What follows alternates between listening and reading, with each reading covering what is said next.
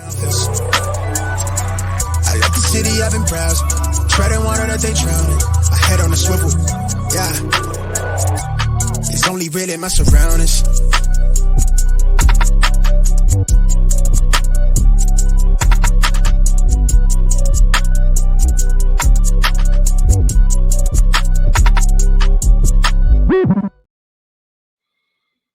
Hello and welcome to episode 233 of the Smash Accept podcast. I'm your host, Michael Royer. You can find me on Twitter at DynastyDadFF. The rookie draft is over. April's coming to an end, and you know what time that is then? It's going to be May. May buys today, buddy. We got all of the updated Patreon rankings of everybody, where they rank for rookie values. Then we pair that all together with who you should be buying. Nobody better to talk that up with than my main man, Snoog. How you doing today, brother? I'm doing good, Dad. 18 rookie drafts down the drain. They're all ripping right now. I woke up this morning and took 145 sleeper notifications. So that's been my brain the past few days. And I'm excited to dial in and help myself talk myself into some buys that I need to look into in my fantasy leagues. I can't stand those little red marks. I got to open them immediately. So I'm a little bit more of a fiend. Like, I can't have that many line up. I'm just like, okay, got to answer it. Got to get this one. Got to get it going. Made a couple trades this morning. Like, this week, draft week is just so fun because we're doing 14 rookie drafts. They're almost all done for Smash Accept. Doing a startup. Got your boy Justin Herbert at 202 in a super flex. That felt good. Stealing. And this morning you wake up, you're on the clock. There's no better feeling, right? You get up and you're like, all right, got trade offers. It's like, this is what we wish the entire season was like. And, you want to get in those leagues where they're as active as possible. It's not going to be long till Smash Accept 16 rolls around. A lot of new Patreons jumping in every day. A lot of guys asking to get in those leagues. So we're going to have to throw them a bone. You're going to have to go out there and do that. But today's show, and you guys know, first of the month, I always drop off my buys. And what I want to do today is I want to talk it up with Snoog and just say, you know what, these are the buys, but this is, should I be buying a player at this value or should I buy the rookies? That's what everybody has right now, right? They have that rookie fever. They want to get in there. They want to go and say, you know what, the one-on-one, I want this player. And 13 out of the 14 Smash Accept leagues took Caleb Williams one. The only one that didn't was the one that knew I wanted him at or that I didn't need him at 2 because I had 4 stud quarterbacks. So he took Marvin at 1. So that was the only one that didn't. I'm hearing a lot of Twitter hype where people are actually saying a majority of their leagues Marvin has gone first. So I want to talk about that 101 pick first. Right now in startups, we look at the 101. It went all the way up at 108 to our man, Brock Dynasty. He took it right ahead of me. I was there with Anthony Richardson. If you got to choose between Anthony Richardson, Caleb Williams, and, say, Jamar Chase, how are you going about doing that? Because that's where people are asking me, right? Like, we've already talked about Caleb Williams ad nauseum, so I don't want to do a lot there. But does Anthony Richardson now belong in that same conversation as Caleb Williams? We've moved Caleb Williams worth more than the first round pick. He's both of our QB7. I do not have Anthony Richardson as my QB8, but he's right there in value with most people. Should he be? Yes and no. I think the situation, the coaching staff, the supporting cast there in Indianapolis is phenomenal, especially for a guy that's 6'5", 250 pounds and runs a 4.4 with a cannon arm. Mm-hmm.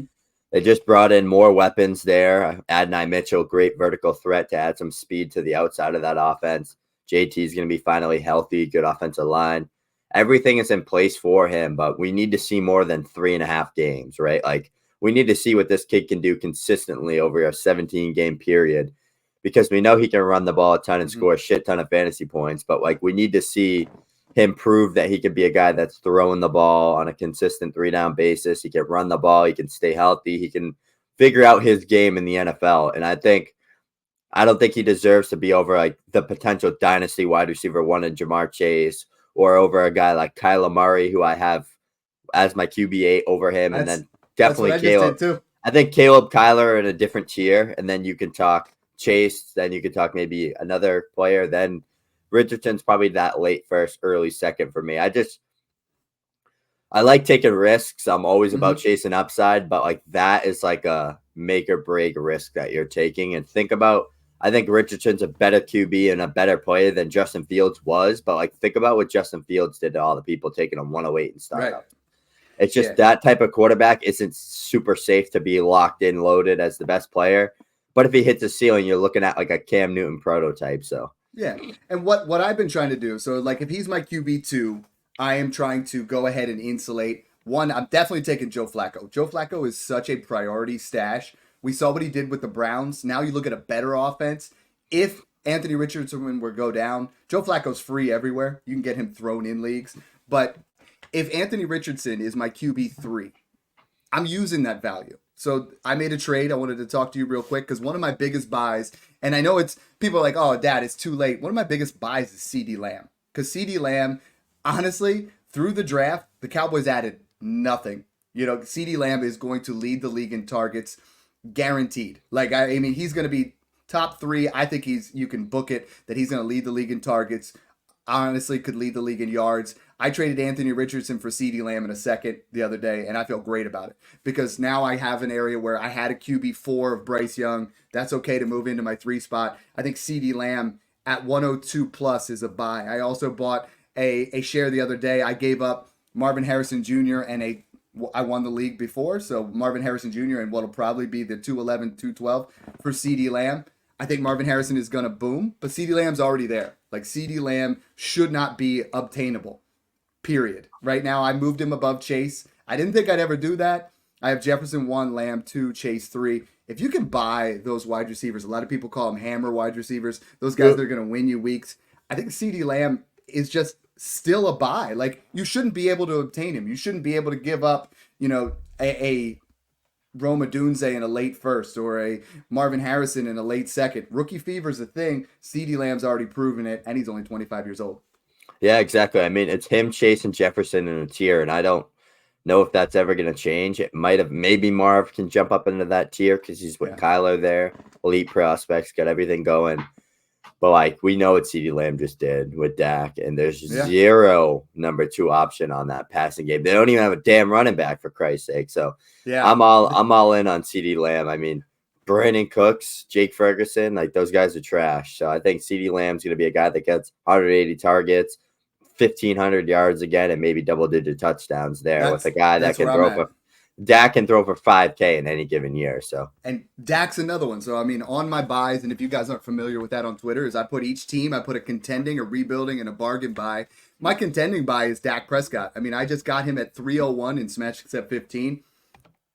He is an absolute steal in startups. He is an absolute steal right now. I put his value, I'd be willing to pay the 104 because if you're a contending team, you got to talk about Jaden Daniels versus Dak Prescott. Dak Prescott will be a QB1, but I think you could buy him with rookie fever at the 106. I think you could buy him for the 108 plus a second. I think Dak Prescott is 31 years old and people are acting like that's something that's pushing him out. Cowboys are going to re-up his contract. I think he's basically there. And an elite level quarterback for the next 4 years, tied with CeeDee Lamb. Tell me why Dak Prescott is getting so cheap. I mean, if you could get the 106 in a second, the 108 plus, like those are areas where, dude, I'm smashing that all day on Rookie Fever because if you tell me Drake May could be the next Dak Prescott, I could see that in a couple of years, but we already have it here. It's already set, right? So Rookie Fever sometimes gets a little bit the best of people. I love that you just said the 108 plus a second because literally yesterday in a league, I was picking at the 104. I moved Bijan and ETN for just a ransom of amount of picks. One of them was the 104. This kid had Dak and Tua. 103 went up on the trade block. I was expecting to have to take like a Drake May or something or do something with that pick that wasn't going to be Malik Neighbors. This kid traded up to the 3, gave up Michael Pittman in the 111 for 103 in like a second. Or something like that. And then took Jaden Daniels at 103. So Neighbors fell right in my lap. And I said, shit, like I need a QB. I got Trevor Lawrence, Derek Carr, Aaron Rodgers, Sam Howell. So what did I do? I took that 109 I had that I got in that Bijan package. I moved a 25 second and a 25 second. And I got Dak Prescott in 2/3.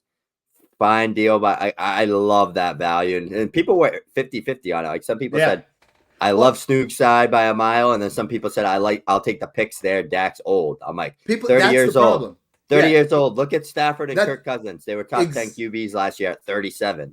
This is what we've had in the past, right? We've had that with Kirk prime. Kirk Cousins. We've said, you know what? He's old at 31. Now he's 35, and he's given you 4 straight QB1 seasons, one with an injury. But QB1 seasons, and we've said that with Matthew Stafford, and now they're saying it with Dak Prescott. And if you just ignore the age and you look at the profile and you realize that you are getting a QB1 season year after year, why would you risk it any other way? Like, move up, Exactly. take care of that.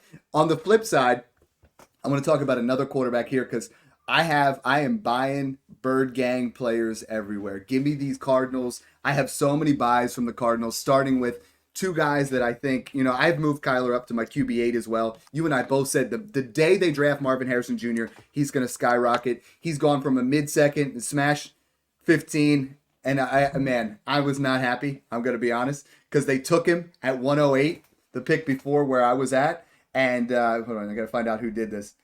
It was at SoCal. Just mess with me. He's like, Dad's going to take him at 110. I got to take him here. And I love that because then they're paying attention to what's going on. They realize the market. If I can get Kyler Murray over Anthony Richardson, you already know what it is and it's safe. It's going to happen. He has the better complement of weapons. I value Kyler Murray very close to that 101. If I could get 101 plus, or I'm sorry, if I could get a plus side on him, or if I could, get the give the 103 plus a second to get to Kyler Murray, I'm doing that. At the 102, it's clearly Marvin Harrison Jr. Marvin Harrison Jr. is still a buy because I think the 102 rookie draft now is cheaper than what he will be worth this season. Okay, you can book it. Marvin Harrison Jr. will get 1,000 yards this year. He will have 6 to 10 touchdowns. He's going to be at least a fantasy wide receiver 2 as a rookie. And if he crosses that 1,000 yards, Snook, and he gets 8, 10 touchdowns, he is going to be in Dynasty. Right now, he's my wide receiver 5. He's going to be in the same tier as CeeDee Lamb, as Jamar Chase, as Justin Jefferson. Whichever one of those struggles is probably going to be in a second tier with Marvin Harrison and with Amon-Ra St. Brown. So I'm buying him, and I'm not looking back. I think this Cardinals offense is going to be fun. It's just going to be electric. Trey McBride has now become a value. I bought him for the 107 in the league the other day. After Brock went 106, Trey McBride is my Dynasty tight end 2. He's not going anywhere. He might lose a little bit of targets, but there were so many vacated targets in that offense. 288 vacated targets for the Cardinals. So Trey McBride's a buy. Michael Wilson now is going like early 3rd in rookie draft. I'm buying that. Trey Benson at the 201. I'm buying that. Give me all the Cardinals, man. Give me them all. Yeah, I love it. I mean, it's just such an offense to like now there with Kyler healthy, fully back. They got that offensive line built up. They got Marvin Harrison Jr. They got the running back room built up. I think there's a world that if Marvin Harrison even just has like 900 touchdowns or 900. That's a lot of touchdowns. 900 yards and like 8 to 10 touchdowns. I mean, look at Jordan Addison. He was like, what, wide receiver 12 or 13, like to the consensus after his rookie season before the Kirk Cousins stuff. So I think there's a world where he does jump into that tier because like something about that 1,000 yards for a rookie mark that gets people going crazy, like Garrett Wilson, Chris Olave. Damn, Drake London didn't even do anything his rookie year. He had like 800 yards and like 4 touchdowns, and he was valued higher than he was in rookie draft. So that's why I'm telling everybody to smash accept and smash draft Rome Odunze, Malik Neighbors, and Marvin Harrison Jr. because you can book it that all these guys can have 800, 900 to 1,000 yards in their rookie seasons. They're going to have a couple touchdowns, maybe 6 to 8, maybe even 10, and they're going to be valued higher than they are in rookie drafts or in startups next year than they were this year in rookie drafts. So I love buying elite wide receivers. You can make a case for taking those 3 straight, 102, 103, 104, if you really wanted to in rookie drafts. Yeah, and my thing with Marvin is I'm still buying. Like the other day, I gave up Chris Olave in a late first, and someone's like, yo, but Chris Olave has been pretty solid his first 2 years. Yep, pretty solid. But he's never going to get to where Marvin Harrison Jr. could get to, right? So if I give that first on top of that, and in my current buys, I have Chris Olave is worth the 105. I would rather have the 105 straight up. Like I think Chris Olave with this rookie class has moved down a little bit in value in comparison to where this class is. But Marvin Harrison Jr., baby, like if I can add Jalen Waddle, Devonta Smith, any of those guys in that area, I would move up. The interesting one that I keep getting into is another guy that I have on my buys list. Would you give Drake London in a late first? I had this question the other day. I said yes, because Drake London, if you put Marvin Harrison Jr. in Drake London's position in Atlanta, I think he's still he outperforms where Drake London was. I think Drake London has the ceiling to be top 8 right now he's valued at top 10. So he's getting closer to his ceiling. I would use that value. I would buy for the 105, 106 for London, but I'm using London's value right now to try to tier up to Marvin Harrison Jr. Yeah, I mean, if you look at just Drake London and Marvin Harrison Jr., like their pedigree of a prospect, their type of play style, like they're not close. Like they're not the same type of players. Like Drake London's not even close to the same type of athlete as Marv. Yeah, people are like, well, London went 108. It's not the same class. Like Marvin Harrison, if you want to compare Marvin Harrison Jr. to Garrett Wilson, okay, that kind of ceiling, that kind of play, I think he's in that same mold. But Drake London is not. He wasn't then, and I don't think he is now. Nope. He's not. He's a good player. Yeah. Very good player. Exactly. And we have a lot of those guys from the last two rookie classes. I mean, if you can tier up off of Zay Flowers, Jordan Addison, Jackson Smith and Jigba, good wide receivers, right? But now in this class, before this started, before the rookie process, you could say you were that Jordan Addison, Zay Flowers, Jackson Smith and Jigba, Tank Dell, all those guys were worth the 107. Now that it's over, man, if I get to that 108 and I've been buying McCarthy I take them over all those. Yeah. Right. That's what I'm saying. So now those guys are now worth the 109 to 110 because we've gotten to an area there where it's like you even talk about, would you rather have Zay Flowers or Xavier Worthy? Now it's the rookie fever is taken over, but I think the upside on a Xavier Worthy, on a Brian Thomas Jr., on a Ladd McConkey in those kind of offenses is a little bit different. If we redrafted if we truly redrafted like as prospects coming out, like that whole 2023 and 2024 rookie draft combined, like wide receivers only, I think JSN would have came in at the wide receiver 4 for me. Just based on like my process, based on all the notes I have written down, based on like ceilings, JSN would have been the wide receiver 4 for me. I would comfortably have Rome Odunze at 3, Neighbors at 2, Marv at 1, JSN at 4. I really think that Worthy is a better prospect than Addison, than Flowers, and all those guys. As a prospect, I think he's a better player. But if it was one draft and Worthy went to the Chiefs and JSN went to the Seahawks, we would be putting him over there too. I think you could add that in. I want to talk. I was thinking back on my track. That'd be fun. Yeah, I was thinking back on what I said. I think Worthy is with like the Addisons and the Flowers. Mm-hmm. Like I think that's a tier he's in. I don't think he's like comfortably better than those guys, but it's funny because that's literally what like one of my comps was both of those guys, like Worthy for Addison and Worthy. Right on, brother. Let's talk about the Bills Mafia here because I have 4 guys that I'm actively buying right now.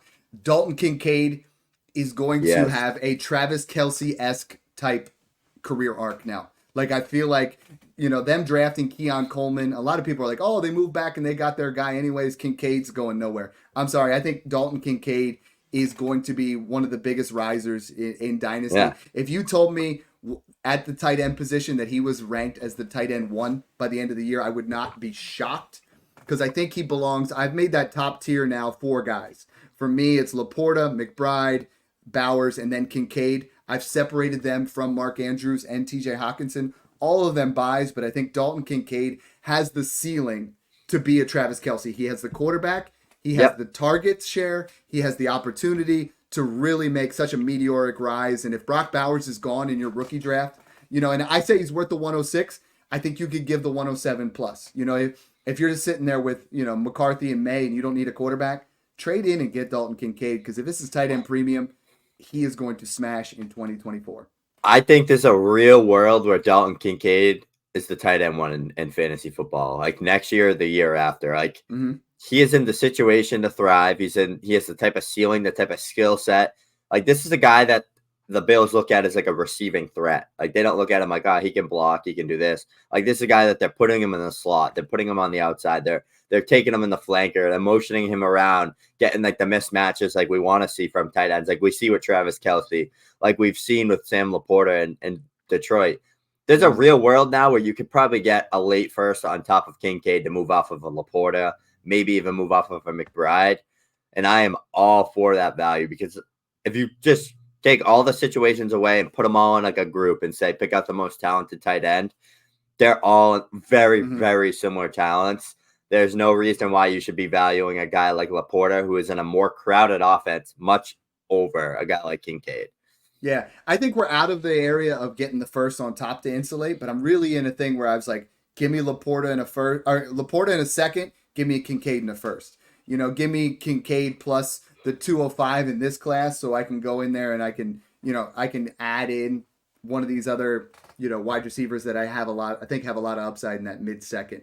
The rest of that offense, I mean, I'm a little less bullish buying on James Cook now, but I think the offense is going to run quite a bit. I really like, the drafting of Ray Davis.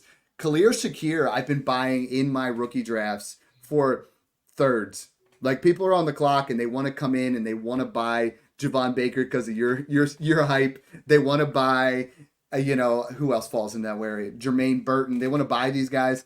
I'm like, all right, give me Shakir. Like, I made a trade the other day. I got Shakir and a 26 second for the 301 and a 26 third.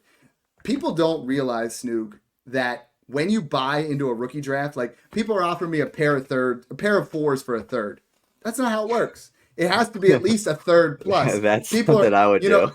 If you're trying to buy in, like, so if I want to buy in to late first to, I sold 201, 202 for a 25 first, because I feel like there has to be that added cost to get in. And I feel like a lot of people are giving into that recently, where they're like, oh, well, I just traded a 25 third for the 301. Why would you give up the 301 for the pick next year that will be less than the 301? It has a 90% chance or 80% plus chance to not be the 301 in a different class. This class is really loaded in that area, but I think Khalil Shakir is worth that kind of capital if you can make it happen. And then let's talk about Keon Coleman, because we have to. Right now, I've seen him go as early in my rookie drafts as 109, and I can't get on board with that. I've been buying at the 203. We've had a week to digest this now almost, where it's like, is Keon Coleman the alpha in Buffalo? I feel like a lot of people are really thinking just because he's filling Stephon Diggs' role that Dalton Kincaid's going to take a back seat to Keon Coleman. I've been telling people this is not a route runner that's going to get open for 8 to 10 catches a game.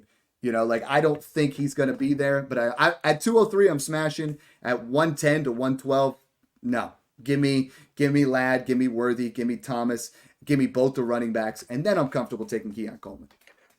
I love that you brought up Keon Coleman, because we're gonna get this one clipped right here. I'm gonna just speak my mind on Keon Coleman.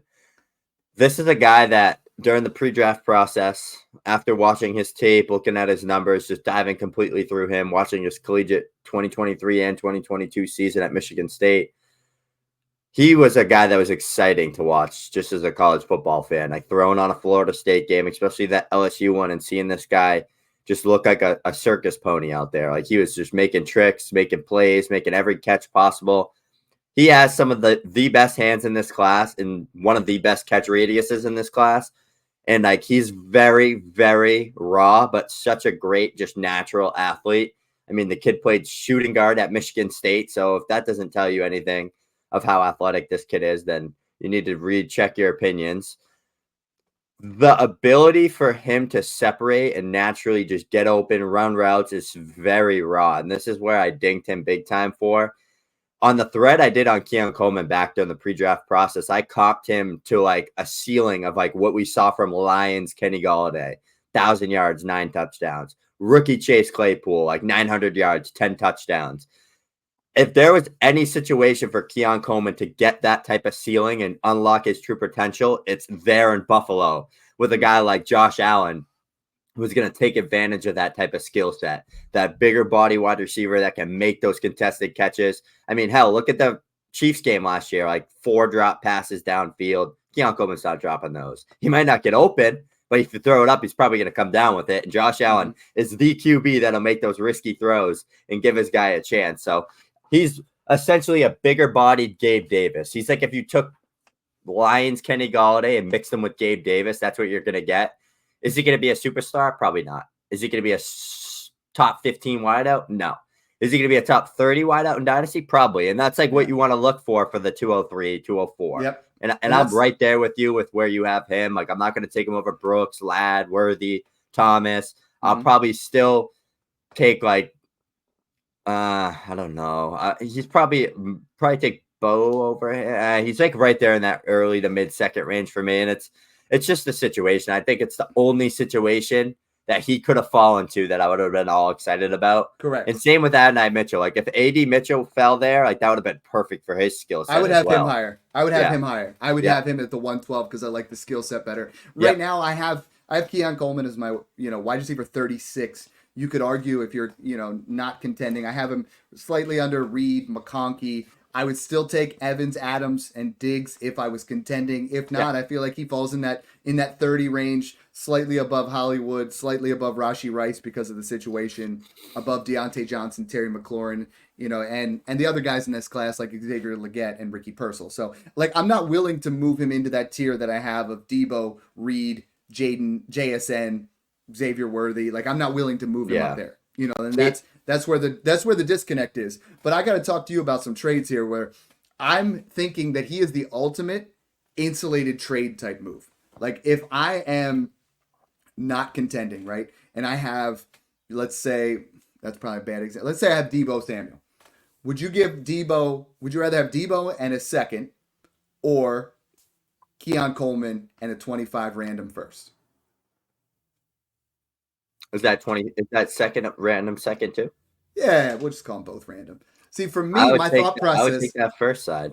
That's what I'm saying. I've seen Keon go as high as 111. I've seen him go 112 in a few spots, and I've seen him go 205. So yeah, I think he's a guy that in the right league, you could probably flip him for a 25 first before the season. As soon as it's training camp or rookie mini camp and we start seeing him mossing people, he's going to be worth a first and you're going to be able to flip him. So that's the kid's 20 years old still. I'm not even like a pro Keon guy. Like I really don't care. I have 0 shares of him.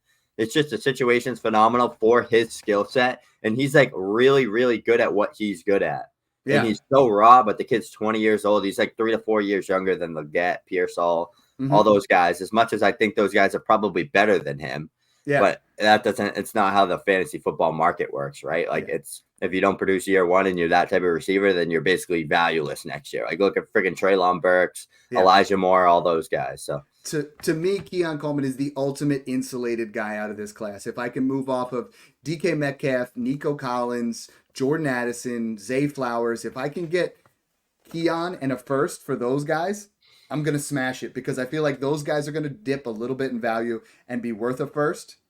And then I think you're getting Keon Coleman for a discount who has another opportunity to definitely sell. Talk about those guys that are in that. And again, in the Patreon, I have it like tier 5 is worth 108 to 109. The one guy that I have right under Nico Collins and DK Metcalf, I know you're excited about. He's definitely a may buy because we have him higher than anybody. It's George Pickens, baby. George Pickens is a big winner from this draft because, Roman Wilson is nice, but George Pickens didn't get Brandon Ayuk coming to town. He didn't get one of these alphas getting drafted early. George Pickens is going to be a borderline wide receiver 1 in 2024, I think, with these two quarterbacks that are a drastic upgrade from what he's had before. Yeah, you nailed it. And I mean, I'm definitely pro Pickens. He's been a guy that I've loved since he was a rookie.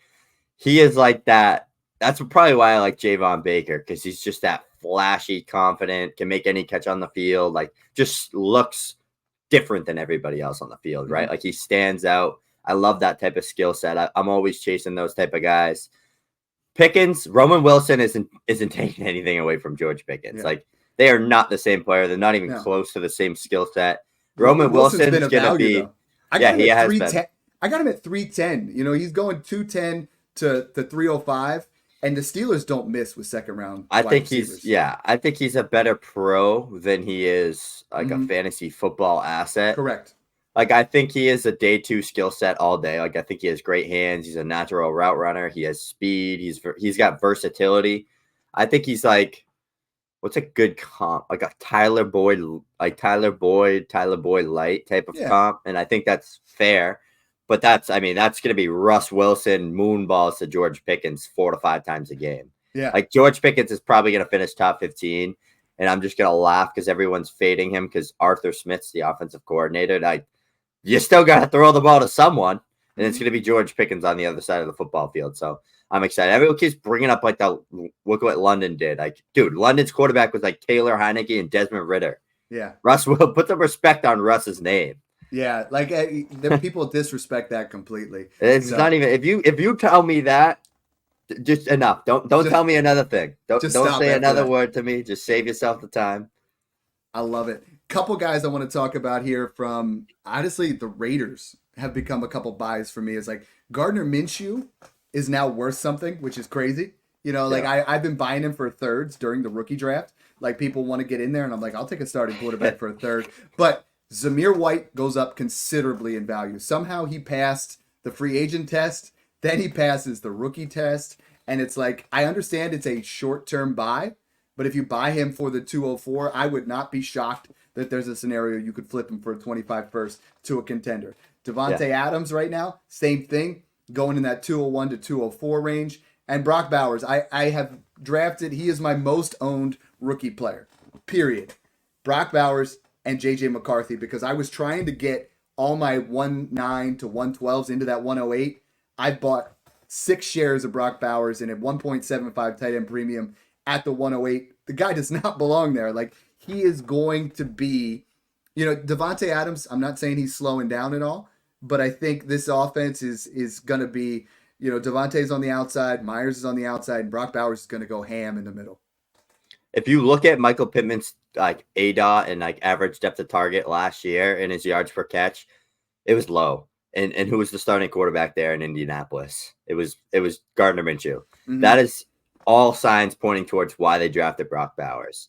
They have this veteran quarterback that doesn't have a strong arm that's going to probably be throwing around 7 to 10 yards per attempt. Mm-hmm. Probably less, probably 5 to 6, honestly. And that's prime territory for an elite generational tight end that has crazy athleticism and yak after the catch. Like his yard after the catch was one of the best in the class. If you look at all the receivers and tight ends, like he is the perfect pick for the Raiders to excel alongside Devontae Adams. And then you have Jacoby Myers there as well. I love buying Gardner Minshew. I mean, it's not exciting. It doesn't knock your socks off, but if you can get him for 2/3, there's a chance he has one of those like 4,000 yard seasons, maybe like 20, 25 touchdowns, finishes like top 15, 6-point passing. Sign me up. Mm-hmm. Also draft Brock Bowers. Dude, Brock Bowers, I'm just loving it. Like when you do a rookie draft, Snoog, is like, we talk about rankings, we talk about where we want guys, but when you get in the heat of it and you're like, oh, I want to move up for this guy. The guy I keep finding myself doing that for is Brock Bowers, and the guy that keeps falling to me that I didn't think I wanted was J.J. McCarthy, and I love those kind of sscenarios. I think they just created value. This class is so good, 1 through 8, and I'm coming around on Rome too. Like my initial thought process was, I'm not digging this, but let's talk about the Bears real quick, because what I did for buys, I mean, I think Caleb's 101, no question. I think he's worth more than that. But when you go to the rest of the offense, I think Keenan Allen is not the strong buy that he was before. I'm a little bit, it's got to be 206, 207. But DJ Moore and Rome Odunze, I'm very comfortable buying either of them for that 106, 107 area, and here's why. So I think DJ Moore, free agent in 2025, I think he leaves. Rome Odunze becomes the alpha there. If you have both of these guys on the same team now, it's just like when you have those running backs sometimes, right? You have a starter and a backup, and then the backup goes somewhere else. I think you have both these guys eat into each other a little bit, but in 2025, when DJ Moore up and leaves, then you have an alpha in 2 different offenses, and I think you're going to be happy with it. Yeah. If you look, this is why you need to draft Rome Odunze in rookie draft. He was just drafted 9th overall. He's paired up with Caleb Williams, an elite quarterback. They were drafted together. Rookie chemistry, that's going to build. Like, that's his guy right there. If you look at Keenan Allen the past 2 seasons, he hasn't played more than 13 games. 12 and a half, technically, if you look at it. He hasn't played a full season since 2021. That is just Keenan Allen, and that's him at this stage in his career. I mean, we've always knew about the injuries, the torn ACLs, the hamstrings. Those have always been a thing, and now he's 32 years old. He is the odd man out. Rome Odunze is an alpha X. DJ Moore is versatile. You can play him anywhere, slot, Z, X, anywhere you want. Keenan Allen's going to be the guy coming off the field when there's 2 wide receiver sets. And maybe not right away, but by midseason, absolutely. That's the difference between JSN and Rome Odunze, because I keep hearing people bringing up, he's just JSN all over again. JSN had Geno Smith. He was on an offense with DK Metcalf and Tyler Lockett after having career years, and they always stay healthy. And he plays the slot. That's the difference. Like, if there's not a 3 wide receiver set, JSN's not out there. So that's the difference between a Rome Odunze and a JSN is you got to look at it like that. And they just used their 9th overall pick on him. Like, Yeah. draft Rome Odunze, take any discount you can get on him. I've gotten him 107, I've gotten him 108, and I've taken him 105. So that should speak for you of how I feel on Rome Odunze.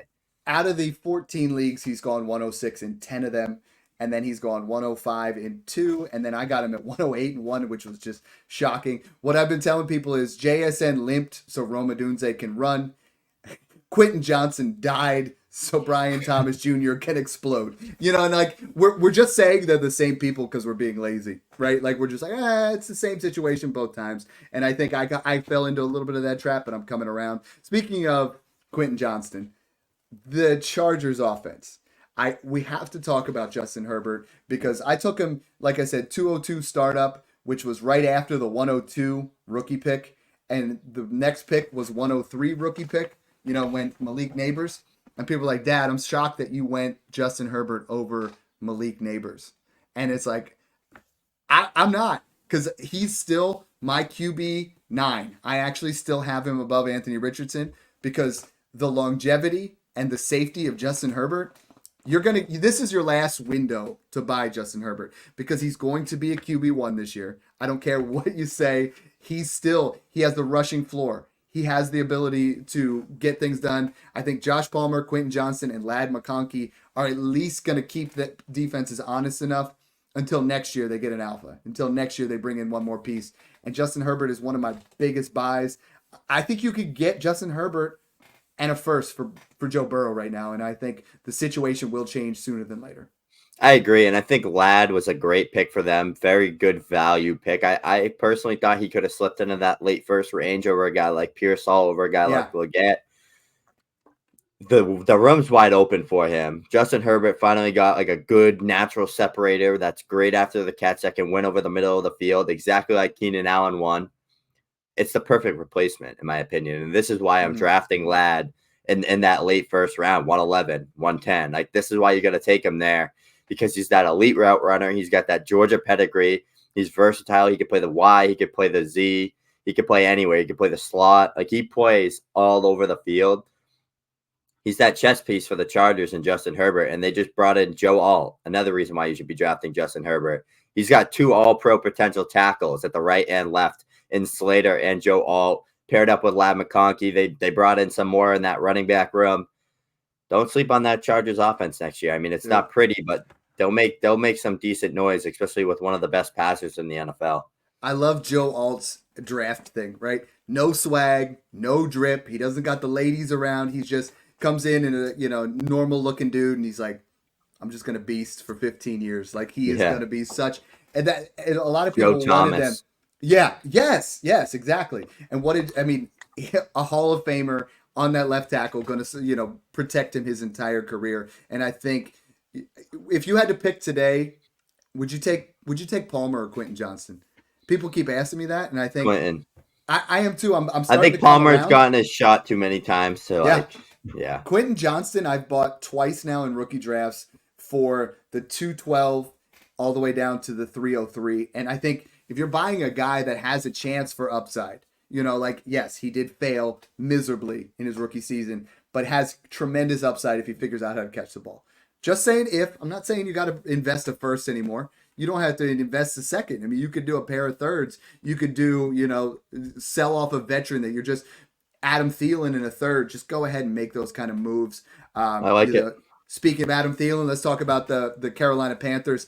The offense is starting to ascend a little bit. I got some buys here where last year when I made my buy lists for the Carolina Panthers, it was like, next, right? Like across the board, I didn't want to buy anybody. Bryce Young now, I'm comfortably buying at the 109 after we get to that 8 tier, and I've seen it. Deontay Johnson, early second, 202, 203. I think after Keon Coleman goes, I feel like I'm very comfortable with Deontay Johnson there. Jonathan Brooks is now my 112. I think the offensive line is good enough in Carolina that Chuba Hubbard was a rock-solid RB2 on pure volume. Yep. When Jonathan Brooks takes over, and when he does, he will not be replaced in 2025. Jonathan Brooks is the 112. I'm taking him over Benson. I'm taking him over Keon or some of these other guys. You could argue taking him over. I've seen him go above Brian Thomas or lad, I don't love that. But if it's points per carry and you're like rebuilding, you know, and you're going to not get those points from him early, I can see it, but I'm comfortable at 112. Yeah, I mean, Brooks is a guy. Everyone was complaining about how no one in this draft class is going to get that workhorse draft capital, that like early second round. Like we got it, and it seems like everyone's just like, whatever. I'll take him 202. Yeah. Like, I mean, there's not really a guy that you can really make a great case over to take Brooks over him at the 112, where it's like, yeah, I'll do that. Because like if Brooks hits, he's on an ascending offense. He's 20 years old. He can catch the ball out of the backfield. He's a natural mover. He's got great moves. He's got wiggle. Like he can do it all. He's a break tackle machine, force miss tackle machine. He is such an efficient mover, very Aaron Jones-like. Like if that hits, man, like you're getting like a top 10 to 12 dynasty running back. The Panthers are definitely not taking a running back next year. I can promise you that, because they are not in the place where they can do that. I didn't even think they should have done it this year, but they did it. They are building something there. Leggett, Johnson, Thielen, Jatavian Sanders, Brooks. Like if Bryce Young, there's no more excuse for Bryce Young. Like Bryce Young, come on. Now's your time. Now's your time to prove why you're the number one overall pick. Like you can't be spoon fed. Like I don't know. Stroud had two day two wide receivers. Like you can't be spoon fed all these first round picks just to be good. Like we need to see what you can do now with a good coach. You got weapons around you. They built up the O line. He's got the running back now. Like he's got all the signs pointing towards Bryce Young. So I'm a big fan of Bryce there too at value. And I think my situation with Bryce is I was buying everywhere in January, buying everywhere in February, buying in March. We get to April, I was like, okay, he's starting to go up a little bit. Now it's like, if I can add a late first to Bryce Young and move myself up to get more where I want to be, get a quarterback like Dak Prescott, to get a quarterback like even add a second to get J.J. McCarthy, I'm doing that just because I want to reshuffle it a little bit. I think there is a real-world scenario where Bryce Young does hit this year, but in the back of people's minds, they're not forgetting about that rookie year. Like, if he does not pan out, it's Daniel Jones 2.0. His value is now where Daniel Jones is in that 208, 209 range. Like, that's where people are going to get. It was one of the worst efficient quarterback seasons we've ever seen. I mean, 15 touchdowns in 15 starts, that's disgusting. You know, like that doesn't happen. But I want to make the excuse for him a little bit, but he's got to go out there and he's got to ball out. He's got to show us why he was the number one overall pick. Yeah. And I think on the other side, you know, Will Levis got some more help. You know, they beefed up the offensive line for him. They went out there and got some areas where if you want to tear down off Bryce Young, you can tear to Will Levis plus a second. And I'm okay with that because I think both of them have equal shots to ascend in value and to dip in value, but I think Bryce Young's dip would fall much further than where Will Levis is. Yeah, I was an anti-Levis guy for a while. I think now at this point in time, like he's got the weapons around him. I mean, he's got Burks, he's got Ridley, he's got who else is there? DeAndre Hopkins. Like he's got these guys. Didn't they draft someone in round 2 or 3 to a wideout or no? No. They got him. They brought in J.C. Latham. They got him Pollard, Spears. Like they got a decent offense to make some noise here. We saw what Levis did on like a per game basis last year. Not great, but we saw some flashes. He just needs to let it fly. Like he's that gunslinger, very Derek Carr like in my opinion. A little bit of rushing upside, but I don't know. I mean, I have him in one league and I've been trying to trade him just because. But like if I'm stuck with him, like I'm fine with it. Like it's not like he's in a wasteland of a situation where there's no weapons at all. Like he's got some separators. He's got some good veterans he can trust. So I'm kind of excited to see what he can do this year too. If you guys want to check this out and you like this kind of content, I have all of these guys on Twitter. Right now in the Patreon, every single player is grouped into tiers with values. So it's like, okay, this player is in this area between 107 and 109. This is where this is what this guy's value is. So you can have those rookie equivalents. So many times you guys are like, what's this guy worth? What's that guy worth? You don't have to guess anymore. Like we have now created Patreon. A lot of guys in there are calling it their own, shortened Twitter. They have all the content rooms from you and I, all the community. There's honestly between the spaces, there's so many people in there talking shop all the time. Honestly, I know I said honestly a couple of times, but this is the spot you want to be, especially during rookie season. You know, is give us a shot. Come in there. $5 a month for the lowest tier. You get to talk to myself. You get to talk to Snoog. You get to look at all of our rankings. You get to talk to so many different people from around the world. Actually, there are people from multiple countries now. There's people from 18 all the way up to 65. You know what I mean? Like, we're in there trying to help you guys smash your rookie drafts, and we'll do whatever we can. I put in insane amount of hours. Snoog has as well over the last week. We're barely sleeping, but we're here grinding, giving you more content. So love it, man. Yeah, nailed it. I mean, I was in there last night for about 45 minutes, just jumped on the live stage, was answering all questions, having people jump up there and talk with me. It was fun. It was a good time. I helped a lot of people, got through like 15 plus people. We're up to 265 plus people in that community that we're building. So let's keep building. We're going to keep moving. We're going to keep adding value to you guys. We're going to keep doing anything that we can to make it worth it. And we're just having fun with it, man. I mean, we got rankings updated in there, rookie rankings, trade advice. We got a room for 1 through 12 and rookie drafts for those that still haven't drafted, because I know there's a ton of you. We got everything in there that you need. We got other moderators in there that know shop. And most of these people in there just know fantasy football in general. Like, they're helping people now. Like, they're helping each other now. It's not just me and Dad. So they're getting our opinion and 265 plus others' opinions in there. So that's why you need to join. I'm not going to sell you any more on it. Just come build with us, and we're going to have some fun. Keep asking questions on YouTube. Keep checking us out there. You know, Chad Parsons just put in from Under the Helmet, May, in the month of May, great value in rookie drafts. I've been getting him at 107, Snoog. Like, it's the value of 106 to 108. Every single draft, whoever you get at the 7-8 spot, you're just like, oh my gosh, I can't believe I got him. But you're getting one of those guys anyways. So if you haven't done your rookie draft and you have an opportunity to move in there, I would pay a late first on top of 10, 11, or 12 to get to 7 or 8. Like, that's how much of a gap there's going to be.